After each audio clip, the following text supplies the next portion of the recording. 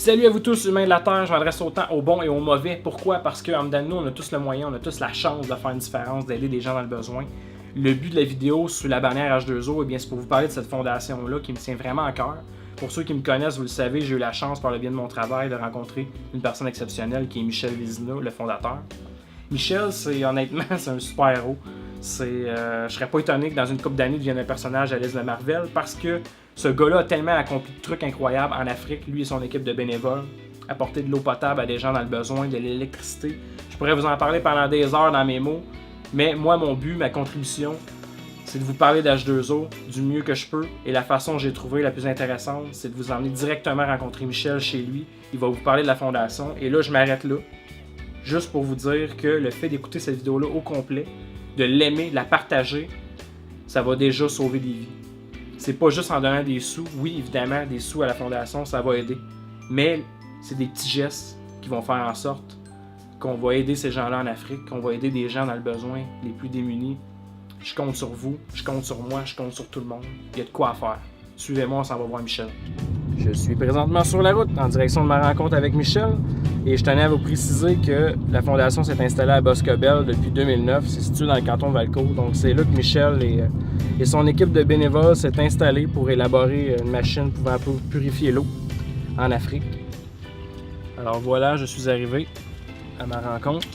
Vous allez voir Michel, c'est un type fort intéressant. Premièrement, merci de nous accorder cette entrevue. Bienvenue dans l'environnement H2O, parce que c'est un environnement H2O. Hein, Effectivement. Mais avant de débuter, je voulais te faire une surprise. J'ai gratté mes fonds de tiroir. Puis je me suis dit, pourquoi pas on commence avec un don. Un don de monnaie. Tu sais quoi, Jonathan, c'est $1, hein, mais avec $1, ce que nous on peut faire dans la fondation, c'est incroyable, c'est des litres et des litres d'eau. Donc, c'est des enfants en Afrique et c'est des vies sauvées. Alors, la poignée de change, là, c'est vraiment...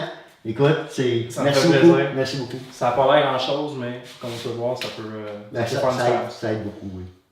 Good. Moi, j'aimerais commencer par que tu te présentes, en fait. Qui est Michel Vézina? Ah, mon Dieu. Alors, effectivement, mon nom est Michel Vézina. Je suis le fondateur de la Fondation internationale H2O.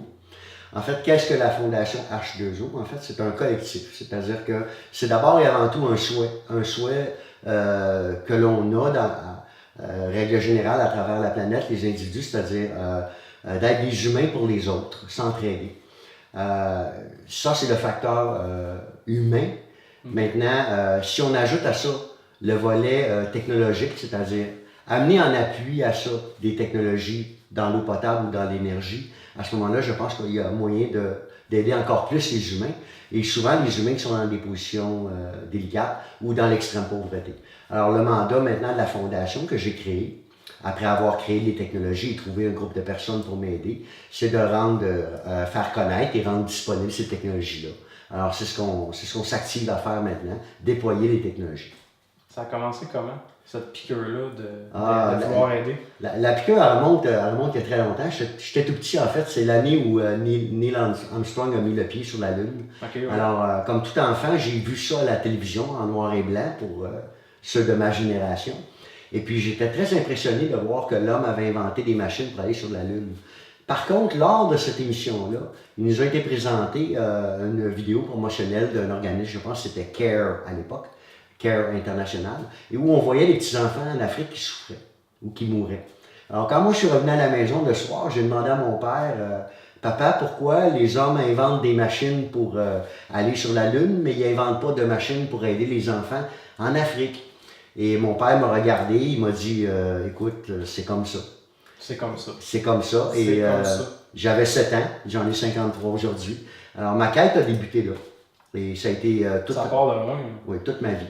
En fait, H2O, c'est ma vie, mais j'ai dû apprendre à connaître les choses, analyser, ensuite trouver des mécanismes, puis trouver une façon. Ça s'est pas fait du jour au lendemain? Non, c'est minimum 35 années de travail. C'est ça, c'est du stock. Moi, ce qui m'a marqué aussi, c'est le fait que tu es un Québécois proche, tu es un Québécois d'ici, on n'entend pas parler, tu débarques, wow, ok, Michel Vézina, c'est qui? Puis là, tu apprends à le connaître et tu réalises à quel point le regard des gens est comme porté ailleurs. on vit dans un monde où il y a du divertissement, on est sans cesse plongé là-dedans, puis de tenter de voir les vraies choses. Puis je pense qu'à travers toi, c'est ça qui est intéressant justement, c'est ce côté-là. Puis c'est une autre des parties qui fait que j'ai envie d'en parler. Je veux qu'on sache t'es qui, ce que tu fais. J'aimerais ça aussi que tu élabores sur les accomplissements de H2O actuellement, je veux dire. Ce qu'il y a déjà d'accompli. En fait, le plus grand accomplissement de la Fondation, c'est d'abord son approche. Donc, sa philosophie, H2O, Humans to Others.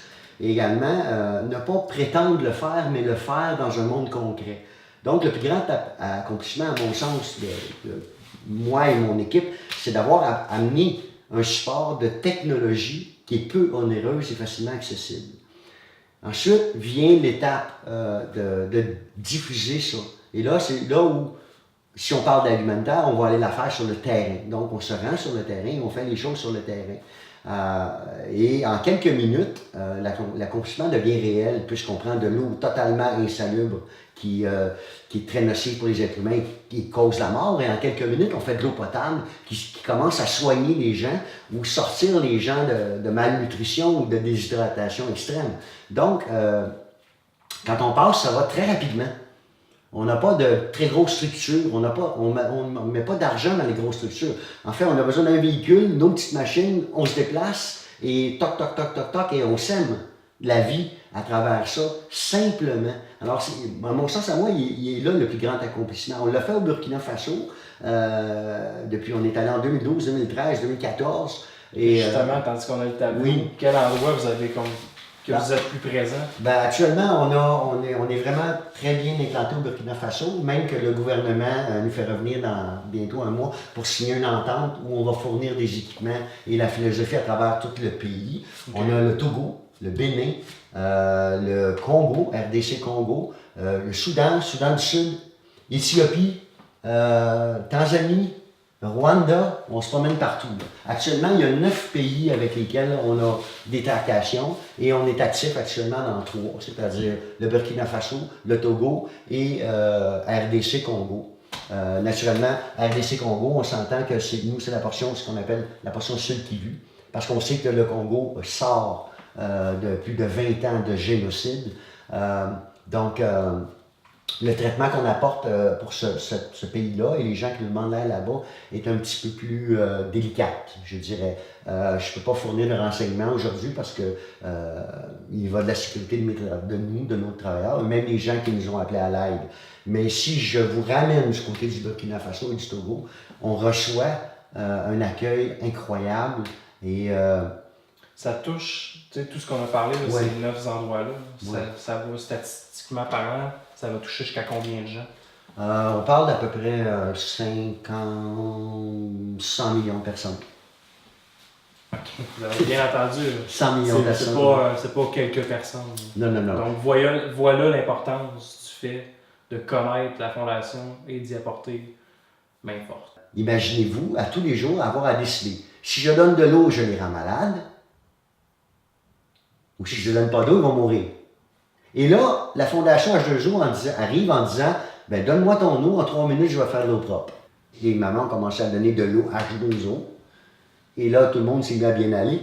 Alors, si ça va bien là, tout le monde vient voir. Si tout le monde vient voir, tout le monde repart avec de l'eau. Alors, c'est comme ça que ça s'est répandu. Et c'est pour ça qu'en l'espace de 18 mois, on est en attente dans 9 pays. Donc, à l'origine, le souhait du fondateur, ça paraît peut-être prétentieux sur le site web de la Fondation. J'ai toujours dit que la Fondation H2O, le choix, c'était de redonner un minimum de dignité humaine à 500 millions de personnes. Alors, il y a quelques années, les gens riaient de ça.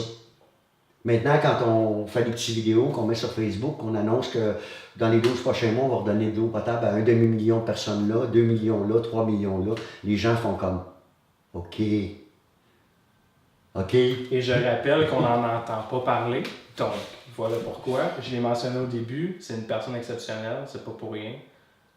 Tout ce qu'on vient d'entendre, Mais tu sais, Jonathan, à H2O, c'est pas juste Michel. Moi, je suis le moteur, Ouais, l'initiateur, mais il y a des gens qui ont été là, des gens qui m'ont supporté pendant des années, qui m'ont donné le meilleur d'eux dans ce qu'ils étaient capables de faire. Moi, je n'ai pas la prétention d'être un ingénieur, je n'ai pas la prétention d'être... Mais justement, tandis qu'on en parle, mettons, aux gens qui nous écoutent, ouais.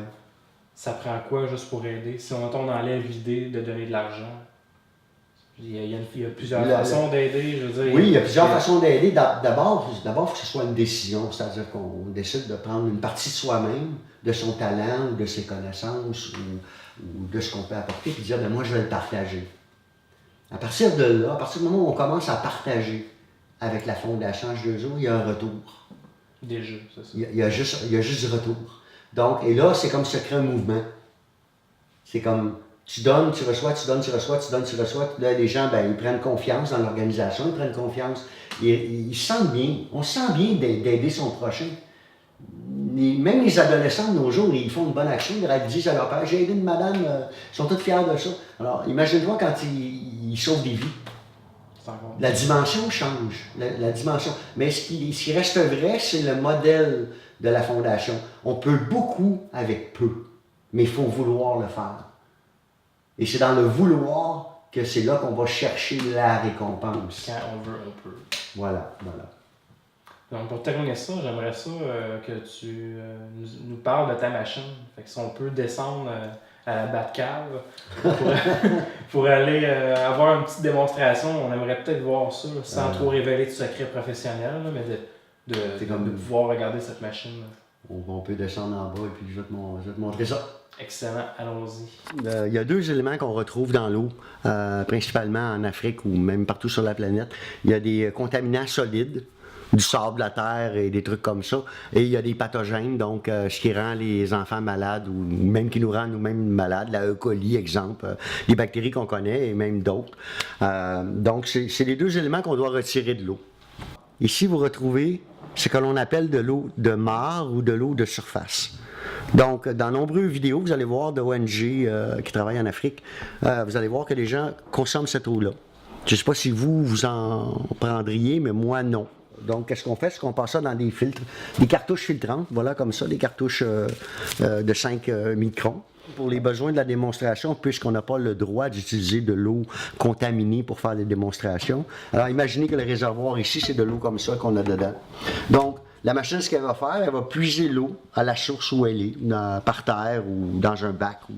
Et bien, ensuite, elle va passer l'eau à travers les cartouches filtrantes qui sont ici et va amener l'eau dans le réservoir qui est ici, qui est un réservoir de traitement. Alors, si j'avais pris de l'eau comme ça, de cette couleur-là, j'avais pompé cette eau-là, je l'avais passée à travers les cartouches, ce que je retrouverais, c'est une eau limpide comme ça. Donc, c'est une eau qui nous semblerait consommable. Par contre, un pathogène, ce qui nous rend malade, ce qui tue, ce qui est tant dévastateur, c'est microscopique. Ce sont les microbes. Donc, le seul moyen d'enlever les microbes, on peut pas enlever les microbes avec des cartouches comme ça. Ce qui nous reste à faire ensuite de ça, c'est simplement ajouter un désinfectant. Dans le cas des technologies de la Fondation, pourquoi ils sont si performantes, c'est qu'on utilise l'ozone. Pourquoi l'ozone? C'est que l'ozone est un des oxydants les plus puissants au monde et c'est naturel. Donc, il n'y a pas d'empreinte écologique à utiliser l'ozone pour désinfecter de l'eau. D'ailleurs, vous allez retrouver l'ensemble de toute la production alimentaire mondiale, les chaînes de production alimentaire lavent et nettoient leurs équipements à l'eau qui est ozonée. Ça ne prend pas des avions Hercule pour amener les technologies H2O. On amène ça sous le bras, en moto, dans la voiture, à dos de cheval, à dos de chameau. Par exemple, si j'appuie ici comme ça, je demande 3 minutes. Alors la machine, ce qu'elle fait, c'est que la machine, elle prend l'eau qui était ici, qu'on a enlevé les sédiments, elle la repasse dans la machine et elle commence à ajouter l'ozone à l'intérieur. L'ozone est fabriqué ici, à l'intérieur de la petite boîte. Et là, ça crée un brassage et automatiquement, l'eau est désinfectée. La particularité des technologies H2O et ce qui en fait leur force, c'est que par ce principe-là, de 2 étapes, donc on se trouve à repasser l'eau qui a été nettoyée, donc qui est désinfectée et qui a encore du désinfectant dedans. Elle repasse dans la machine et elle revient. Donc, constamment, la machine est auto-nettoyée. Le fait que nous, notre technologie est différente parce qu'elle s'auto-nettoie, fait que, un, pas d'entretien, et deux, on peut retirer la technologie, la mettre dans un endroit où il fait très chaud pendant 1 mois, 2 mois, et reprendre ça, et on n'a pas besoin de nettoyer l'équipement, il s'auto-nettoie, de par son principe. Nous, ce qu'on fait avec ça, c'est de l'eau comme ça.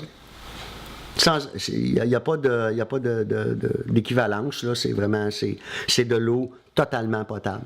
Peu importe la condition de départ. Et c'est ce qu'on est en train de faire. Et c'est québécois, voilà. Alors, merci à ceux qui veulent nous encourager. Merci de joindre le groupe Facebook. On est présent, site web et tout ça.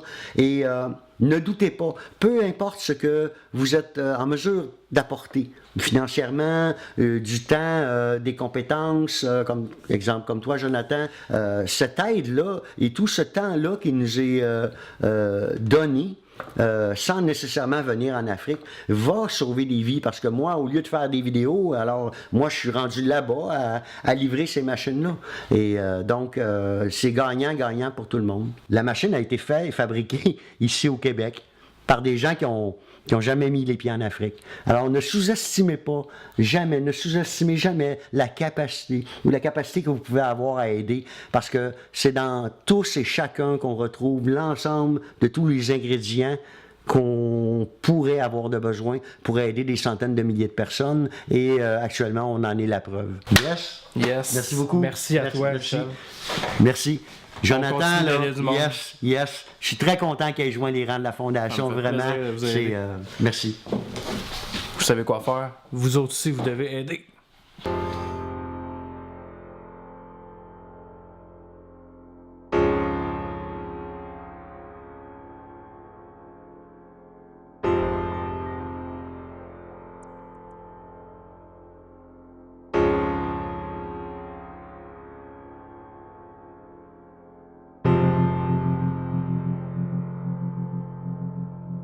Mm-hmm.